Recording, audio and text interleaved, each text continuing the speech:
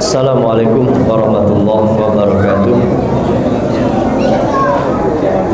Alhamdulillahilladzi anara quluba ibadil muttaqin binuri kitabihil mubin wa ja'alal qur'ana shifaa'an lima fis sudur wa hudan wa rahmatan lil mu'minin. Asyhadu an la ilaha illallah wahdahu la syarika lah wa asyhadu anna Muhammadan abduhu wa rasuluh alladzi la nabiyya ba'da amma ba'd. Rabbi shrah li sadri wa yassir li amri wahlul 'uqdatam min lisani yafqahu qawli. Wa qala Allah 'azza wa jalla fil Qur'anil 'azim, a'udzu billahi minasy syaithanir rajim. Huwallahu alladzi la ilaha illahu al-malikul quddusus salamul mu'minul muhaiminul azizul jabbar al-jabbarul mutakabbir subhanallahi amma yusyrikun. Hadirin ikhwah fillah rahimani wa rahimakumullah, Bapak Ibu semua yang dimuliakan Allah. Malik bin Dinar rahimahullah, seorang ulama, beliau pernah mengatakan di hadapan murid-muridnya hadirin. Beliau berkata, "Masakinu ahli dunya kharaju minad dunya wa lam yadhuq atyaba ma fiha." Orang-orang miskin di dunia itu adalah orang-orang yang mereka meninggalkan dunia ini tapi belum pernah merasakan nikmat yang paling nikmat di dunia. Akhirnya murid-muridnya kemudian bertanya, "Wahai Malik bin Dinar, apa nikmat yang paling nikmat di dunia itu?" Bapak Ibu semua kepada Allah, mungkin orang awam akan mengira nikmat yang paling nikmat di dunia itu adalah mungkin pasangan yang cantik, mungkin harta yang berlimpah hadirin. Tapi Malik bin Dinar ketika itu mengatakan nikmat yang paling nikmat di dunia itu ialah ma'rifatullah azza wa jalla, mengenal Allah azza wa jalla. Sungguh rugi sekali hadirin ketika kita hidup di dunia ini namun belum Allah mudahkan untuk mengenal Allah azza wa jalla. Di malam kali ini hadirin kita akan mengenal lebih dalam nama dan sifat Allah azza wa jalla yang sering kita sebut di dalam sholat kita. Pertama Al-Malik, yang kedua dan yang ketiga yang akan kita bahas pada malam kali ini secara ringkas yaitu Al-Aziz dan Al-Jabbar. Hadirin Bapak Ibu semua oleh Allah, di dalam surat Al-Hasyr ayat ke-23 nama Al-Malik, nama yang disebutkan pertama kali setelah nama Allah. Ketika Allah mengatakan Wallahu alladzi la ilaha illahu al-Malik, sebelum nama Al-Quddus, As-Salam, Al-Mu'min, Al-Muhaimin, Al-Aziz, Al-Jabbar dan Al-Mutakabbir, Allah sebutkan Al-Malik. Kata Imam Ibnu Qayyim Al-Jauziyah, hadirin, kenapa Al-Malik yang didahulukan, Pak? Tidak nama-nama yang setelahnya. Karena nama-nama setelahnya Al-Quddus, Maha Suci, As-Salam, pemberi kesejahteraan, Al-Muhaimin, yang maha memberikan perlindungan, hadirin, termasuk Al-Jabbar dan Al-Mutakabbir, semua nama-nama itu kembali kepada Al-Malik, Pak. Ini menunjukkan hadirin luasnya makna Al-Malik.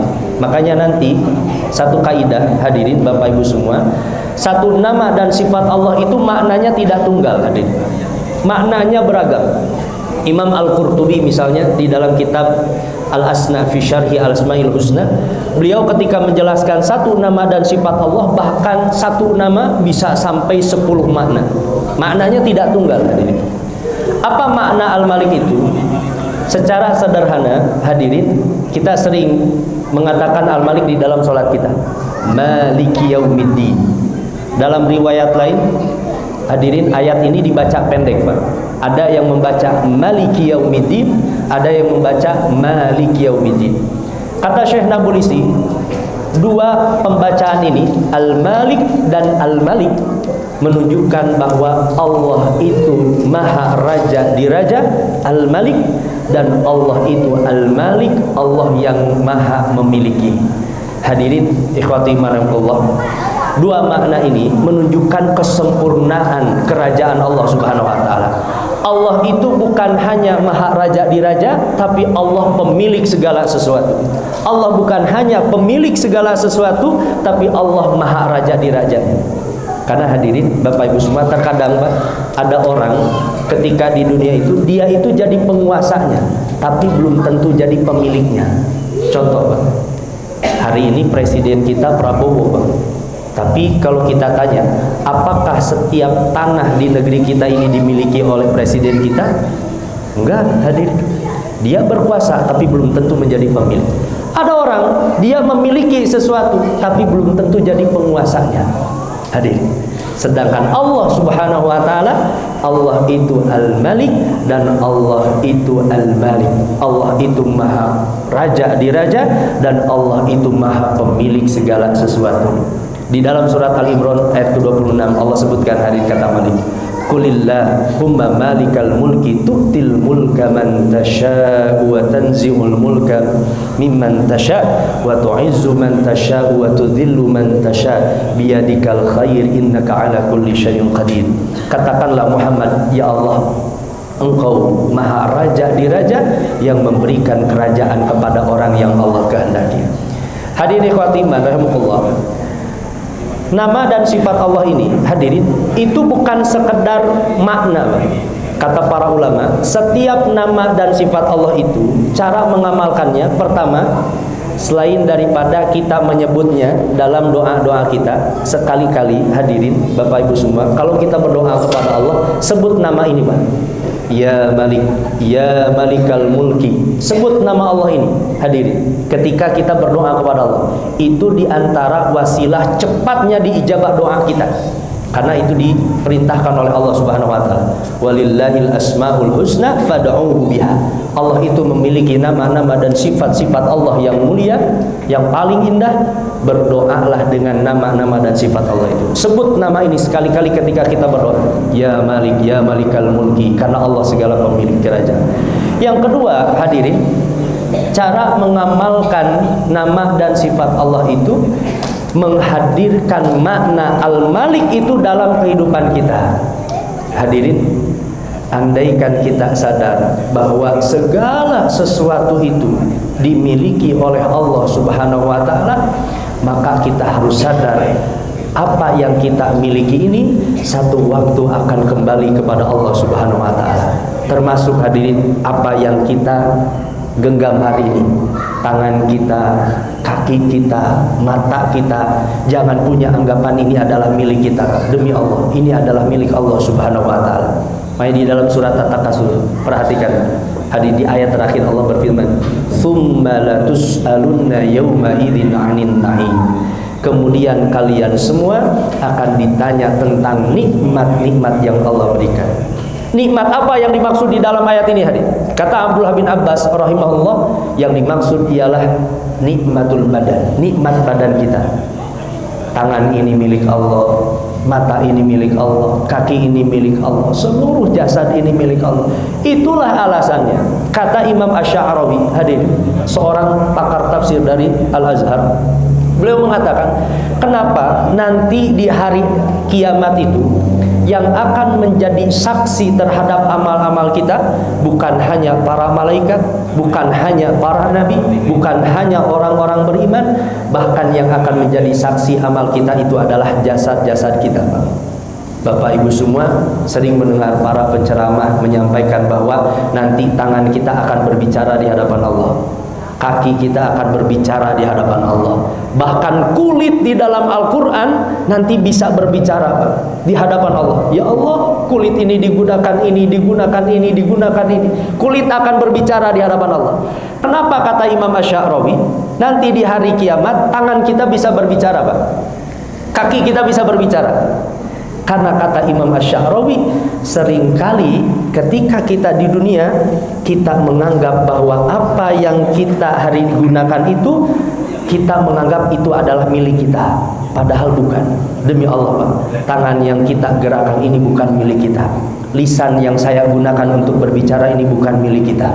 Mata yang kita gunakan untuk melihat ini bukan milik kita, tapi milik Allah Subhanahu wa taala, supaya nanti di hari kiamat ketika tangan ini berbicara sesuai dengan perintah pemiliknya, yaitu Allah Subhanahu wa taala, kemudian di hari kiamat kita tersadar ternyata seluruh jasad kita ini bukan milik kita, tapi milik Allah Subhanahu wa taala. Hadirin Bapak Ibu semua, di hadis riwayat At-Tirmidzi, Allah, hadirin, Nabi SAW mengatakan, inna awwala ma yus'alu anhu yaumal qiyamati ya'nil abda minan na'im. Nikmat yang pertama yang akan ditanya oleh Allah Subhanahu wa taala pada seorang hamba dari kenikmatan itu ialah alam nusihha jismak, bukankah kami sudah menyehatkan jasadmu? Hari ini badan kita disehatkan. Hadirin Bapak Ibu semua, ini adalah nikmat yang pertama nanti yang akan ditanya oleh Allah Subhanahu wa taala. Bapak Ibu semua yang dimuliakan Allah, ini sebagai penutup makna al-malik, ini sebagai nikmat yang Allah berikan ini begitu mahal sekali. Hadirin, apa yang kita miliki, tangan kita, kaki kita. Satu waktu ada seorang laki-laki mengadukan kesengsaraannya kepada seorang ulama namanya Yunus bin Ubaid rahimahullah. Dia datang kepada Yunus, Yunus, tolonglah berdoa kepada Allah. Sudah lama aku ini sengsara dan miskin. Mintalah kepada Allah agar Allah berikan kekayaan kepada diri. Kemudian Yunus bin Ubaid ketika itu, hadirin, memberikan tawaran kepada anak muda itu. Wahai anak muda, mau tidak? Aku beri engkau 100.000 dinar. Terbayang Pak, 100.000 dinar. 1 dinar saja udah berapa gram emas. Aku beri kepada dirimu 100.000 dinar, tapi aku minta tolong lepaskan 1 tanganmu saja untukku. Jadi ditawar 1 tangan dengan harga 100.000 dinar. Bapak-bapak, kalau misalnya ada di sini yang menawar Pak dengan uang 100 miliar, tapi kita harus melepaskan tangan kita Pak, kira-kira ada yang mau tidak hadir di sini? Akhirnya anak muda itu mengatakan, wahai Yunus, buat apa aku mendapatkan uang sebanyak itu tapi aku harus kehilangan 1 tangan? Kemudian Yunus mengatakan, aku tawar 2 kali lipatnya. Aku beri kepada dirimu 200.000 dinar, tapi tolong lepaskan 2 tanganmu untukku. Aku beli 2 tanganmu itu dengan 200.000 dinar. Anak muda itu mengatakan, buat apa aku punya uang yang banyak itu, wahai Yunus, sedangkan aku harus kehilangan 2 tangan? Kemudian hadir Yunus bin Ubaid ketika itu memberikan nasihat kepada anak muda itu. Ini perhatikan Bapak Ibu semua. Yunus bin Ubaid mengatakan, indaka mi'ataini ulufan wa anta tashkul hajah ilallah. Hari ini engkau memiliki 200.000 dinar, tapi kenapa engkau masih mengadukan kesengsaraan kepada Allah Subhanahu wa taala? Hadirin Bapak Ibu semua, mata yang kita gunakan untuk melihat, tangan yang kita gunakan untuk menggenggam, kaki yang kita gunakan untuk berjalan, ini bernilai mahal sekali. Tapi ingat bahwa ini semua milik Allah yang kelak akan ditanya oleh Allah Subhanahu wa taala. Hadirin Bapak Ibu semua oleh Allah. Yang kedua, nama dan sifat Allah yang akan kita bahas pada malam kali ini, yaitu adalah Al-Aziz, Allah yang maha mulia. Secara bahasa, hadirin, Al-Aziz ini, kata Imam Al-Ghazali dalam kitab Al-Maqsad Al-Asna fi Syarhi Asma'il Al-Husna, beliau mengatakan Al-Aziz itu ialah huwal khatirul ladzi yaqillu wujudu mithlih wa tashtadul hajjatu ilaih wa yas'abul wusulu ilaih. Makna Al-Aziz itu dalam bahasa Arab, hadirin, sebenarnya kata Al-Aziz itu akar kata menunjukkan makna sesuatu yang langka. Jadi tidak ada taranya, tidak ada bandingannya, sesuatu yang langka. Karena Allah yang maha mulia, hadir, Allah yang maha agung, dan Allah yang seluruh makhluknya butuh kepada Allah Subhanahu wa taala. Itu kata Imam Al-Ghazali. Dalam bahasa yang lain, kalau kata para ulama, Al-Aziz itu secara bahasa dari kata azza ya'izu, artinya mengalahkan. Hadirin, Al-Aziz, Allah yang maha mengalahkan. Tidak ada yang bisa mengalahkan satu zat pun, satu makhluk pun mengalahkan keagungan Allah Subhanahu wa taala. Kalau dibaca azza ya'izu, tapi kalau dibaca azza ya'azu, dalam bahasa Arab itu maknanya kuat dan kokoh. Makanya hadirin, dalam bahasa Arab kalau ada tanah itu kuat kokoh, dalam bahasa Arab namanya tanah itu disebut dengan azaz. Al-Aziz, dialah Allah yang maha kuat, maha kokoh, yang tidak ada kekuatan satupun kekuatan yang mampu menandingi kekuatan Allah Subhanahu wa taala. Itu diantara makna Al-Aziz. Dalam makna yang lain, ini seperti yang saya sampaikan tadi, satu kata dalam bahasa Arab itu maknanya luas. Makanya nanti nama-nama dan sifat-sifat Allah itu meskipun diterjemahkan Ar-Rahman yang maha penyayang, Ar-Rahim yang maha pengasih, Al-Malik maha raja di raja, itu tidak mewakili semua nama dalam kata itu, karena maknanya banyak. Dalam bahasa Arab, Al-Aziz pun itu memiliki makna Al-Ali yang maha tinggi. Dalam bahasa Arab hadirin, kalau ada satu benteng yang begitu tinggi hadirin, yang sulit digapai oleh orang-orang, dalam bahasa Arab disebut dengan Hisonun Aziz, benteng yang begitu tinggi dalam bahasa Arab. Allah memiliki sifat Al-Aziz menunjukkan ketinggian Allah Subhanahu wa taala. Ini makna Al-Aziz. Hadirin ikhwati manamkullah, para ulama kemudian membahasnya.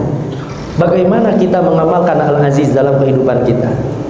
Kalau kita sadar bahwa semua kemuliaan, keagungan itu milik Allah Subhanahu wa taala, maka siapa saja yang dekat dengan Allah pasti hidupnya akan dimuliakan oleh Allah Subhanahu wa taala. Man kana yuridul izzata falillahil izzatu jami'an.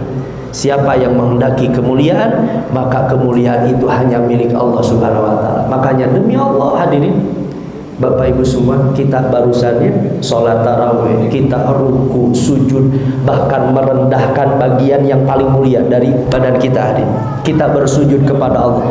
Demi Allah, ini tidak menghinakan kita, tapi justru memuliakan kita. Ketika kita merendahkan serendah-rendahnya di hadapan Al-Aziz, Allah yang maha mulia, maka kita sedang memuliakan diri kita semua.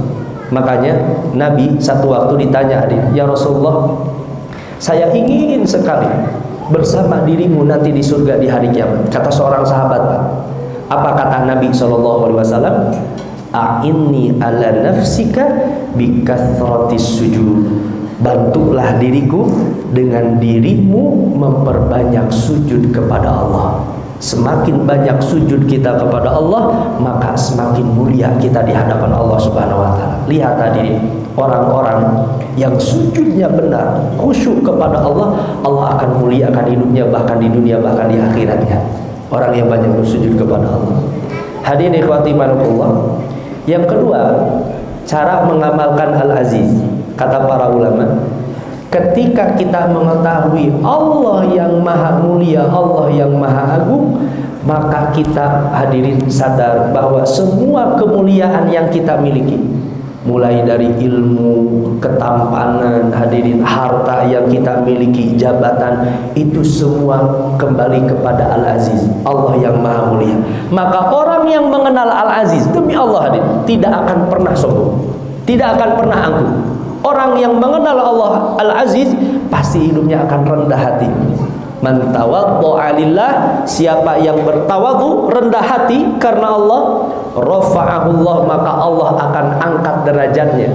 Orang yang rendah hati, lihat saja. Maka sebaliknya, orang-orang yang tinggi hadirin, man takabbara, siapa yang takabbur, maka Allah akan rendahkan serendah-rendahnya. Lihat Pak, kurang apa Fir'aun kemuliaannya dengan hartanya hadirin, dengan jabatannya, kurang apa mulia Qarun hadirin. Tapi karena justru dia sombong dan angkuh, maka Allah hinakan sehina-hinanya. Orang yang hadirin mengenal Al-Aziz, maka dia pasti akan rendah hati. Hadirin Bapak Ibu semua oleh Allah, ada teladan yang luar biasa Pak, dari Atha bin Abi Rabbah, seorang ulama besar di Mekah. Satu waktu hadirin, Atha ketika itu sedang tawaf, kemudian beribadah di depan Ka'bah. Ada orang asing hadirin, dia tidak mengenal Atha, padahal Atha itu ulama besarnya Mekah. Karena dia kemudian bertemu dengan Atha hadirin, dia merasa punya ilmu ketika itu. Kemudian dia memberi nasihat kepada Atha, padahal Atha itu ulama besarnya Mekah. Ini bayangkan Bapak Ibu semua, andaikan hari ini ada seorang ulama besar, ada orang berani kemudian memberikan nasihat kepada ulama besar itu. Tapi lihat bagaimana tawaduknya, rendah hatinya Atha bin Abi Rabah. Kata orang-orang yang menyaksikan Atha bin Abi Rabah diberikan nasihat oleh orang itu, hadirin, Atha bin Abi Rabah hanya mendengarnya dengan baik, hadirin, bahkan menyimaknya dengan baik. Lama diberikan nasihat, beres diberikan nasihat, atau seorang ulama besar Mekah hanya mengatakan terima kasih atas nasihatnya, sangat berharga sekali untuk diri. Padahal bisa jadi nasihat-nasihatnya itu atau sangat hafal sekali, Pak, karena seorang ulama besar. Hadirin Bapak Ibu subhanahu Allah, ketika berpisah anak muda itu dengan Atha, barulah kemudian penduduk Mekah memarahi anak itu. Kamu tidak tahu siapa itu? Itu ulama besar kami. Atau dia adalah ulama besar Mekah hari ini, atau ulama yang kami hormati. Atau meskipun tinggi hadirin ilmunya, tapi hadirin lihat di depan hamba-hamba begitu rendah hati. Orang yang mengenal Al-Aziz, maka orang ini pasti akan rendah hati.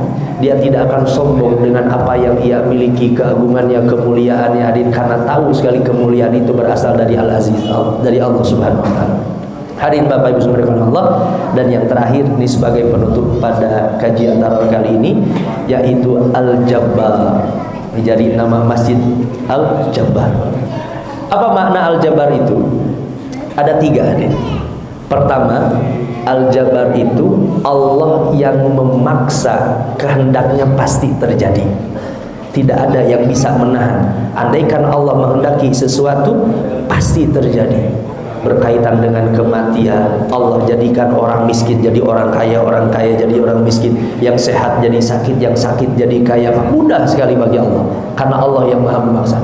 Bahkan nanti ketika di hari kiamat, ketika semua makhluk itu dimatikan oleh Allah Subhanahu wa taala, Allah kemudian berfirman, hadirin, di dalam hadis qudsi, Innallaha azza wa jalla idza kana yaumul qiyamah, Allah azza wa jalla apabila telah terjadi hari kiamat, yajma'us samawati sab'a wal ardina sab'a, Allah menghimpun seluruh langit dan 7 lapisnya, dan bumi begitu 7 lapisnya, fi qabdatih, dalam genggaman Allah. Kemudian Allah berfirman seperti ini, hadirin, Annallah, Annar-Rahman, Annal-Malik, Annal-Qudus, Annas-Salam, Annal-Mu'min, Annal-Muhaimin, Annal-Azizul Jabbar, Annal-Mutakabbir.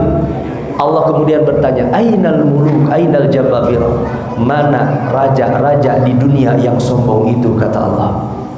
Mana orang-orang yang bersikap sewenang-wenang, bersikap zalim kepada orang lain, dipanggil oleh Allah Subhanahu wa taala. Siapa yang bisa, hadirin, mengalahkan kehendak Allah Subhanahu wa taala? Allah zatnya satu-satunya ketika itu yang berdiri, hadirin, menantang kepada seluruh makhluk. Ini makna yang pertama. Makna yang kedua, Al-Jabbar itu ternyata dalam bahasa Arab itu tidak selalu berkonotasi, hadirin, tadi memaksa. Dalam bahasa Arab kalau ada satu kata Jabbartul azma, kata jabbaro di sini maknanya adalah memperbaiki. Aku sedang memperbaiki tulang, al-azma. Makanya kata para ulama, makna al-jabbar itu maknanya adalah al-muslih lil umur. Allah yang memperbaiki urusan-urusan kita. Hadirin, banyak urusan yang kita tidak atur, Pak. Udara yang kita hirup hari ini, bahkan makanan ketika tadi kita berbuka sahur, mungkin ketika di tangan masih berada dalam kontrol kita, tapi ketika sudah masuk ke dalam perut kita, bahkan kita sendiri tidak tahu apa yang kita lakukan terhadap makanan di dalam tubuh kita, bagaimana proses itu terjadi. Banyak urusan-urusan kita yang itu, hadirin Bapak Ibu semua, itu diurus oleh Allah Subhanahu wa taala. Dalam bahasa Arab, kalau ada satu kata dibentuk dengan kata fa'al, seperti kata jabbar, ini menunjukkan makna mubalaghah. Dalam bahasa Arab, orang memperbaiki seseorang disebut dengan jabir. Tapi kalau orang mengurus banyak orang, bukan hanya satu, bahkan ratusan, bahkan ribuan yang ia urus, dalam bahasa Arab disebut dengan al-jabbar. Allah Subhanahu wa taala memiliki, hadirin, nama dan sifat Al-Jabbar. Allah ingin memberikan pesan kepada kita, Allah itu mengurus bukan hanya kita, tapi bahkan ratusan, bahkan ribuan. Hadirin, sadar tidak? Barusan seberes sholat kita berdoa kepada Allah, Pak. Kira-kira Allah hanya mendengar doa kita? Tidak, hadirin. ratusan orang yang hadir tarawih saat ini, bahkan ribuan, bahkan jutaan, setiap orang berbeda dengan doa yang berbeda-beda, dengan bahasa yang berbeda-beda. Allah itu sangat tahu sekali si fulan meminta apa, si fulan berdoa apa, si fulan sedang hadir punya masalah apa. Jutaan manusia, bahkan miliaran manusia, demi Allah, Allah Maha tahu, Pak. Karena Allah itu Al-Jabbar. Makanya di dalam doa kita, doa duduk di antara dua sujud, hadirin, kita berdoa kepada Allah. Dalam hadis riwayat Abu Daud, Allahumma gfirli warhamni wajburni. Ya Allah, ampunilah diriku, ya Allah berikanlah rahmat diriku. Wajburni, makna wajbur di sini adalah perbaiki segala urusan-urusanku. Hadirin, warfa'ni wahdini wa'afini warzuqni. Kita sebut makna Al-Jabbar bahkan di dalam sholat kita. Dan yang terakhir, hadirin Bapak Ibu subhanahu wa ta'ala, di antara makna Al-Jabbar kata para ulama itu adalah yang maha tinggi, seperti kata Al-Aziz, Pak. Makanya ada kaitan antara nama Al-Malik, Al-Aziz dan Al-Jabbar. Dalam bahasa Arab, kalau ada pohon kurma disebut dengan nakhlah jabbarah. Pohon kurma yang tinggi sekali, yang kurmanya sulit dipetik, itu dalam bahasa Arab disebut dengan nakhlah jabbarah. Unta, naqah, dalam bahasa Arab kalau disebut dengan naqah jabbarah, unta yang tinggi yang sulit dinaiki.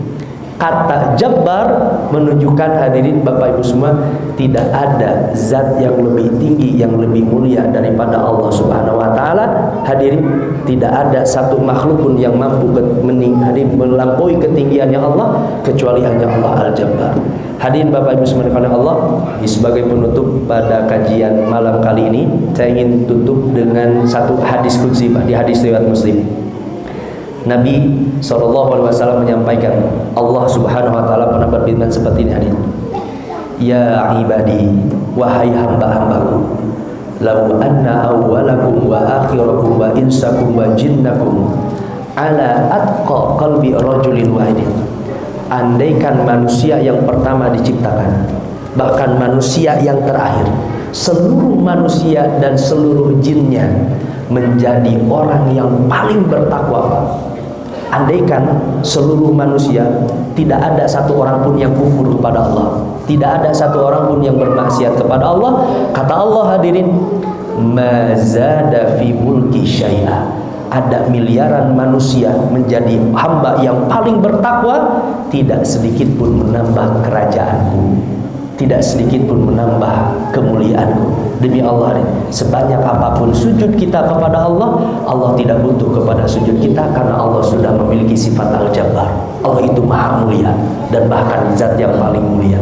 Dan sebaliknya kata Allah, ya ibadi, wahai hamba-hambaku, law anna awwalakum wa akhirakum wa insakum wa jinnakum ala afjari qalbi rajulin wahidin.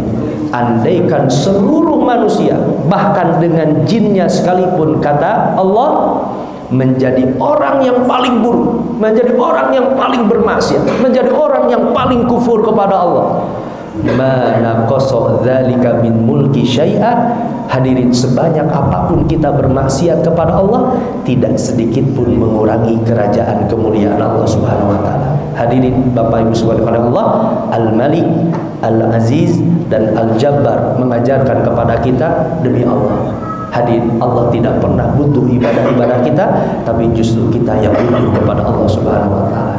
Wallahu a'lam bishawab. Hanya itu mungkin hadirin Bapak Ibu semua yang bisa saya sampaikan pada malam hari ini. Ini di antara tiga, hadirin, nama dan sifat Allah yang Maha Agung. Semoga ini jadi tambahan inspirasi untuk kita, pendorong, hadirin, kuatnya amal soleh kita, dan jadi keberkahan untuk amal soleh kita di bulan Ramadan ini.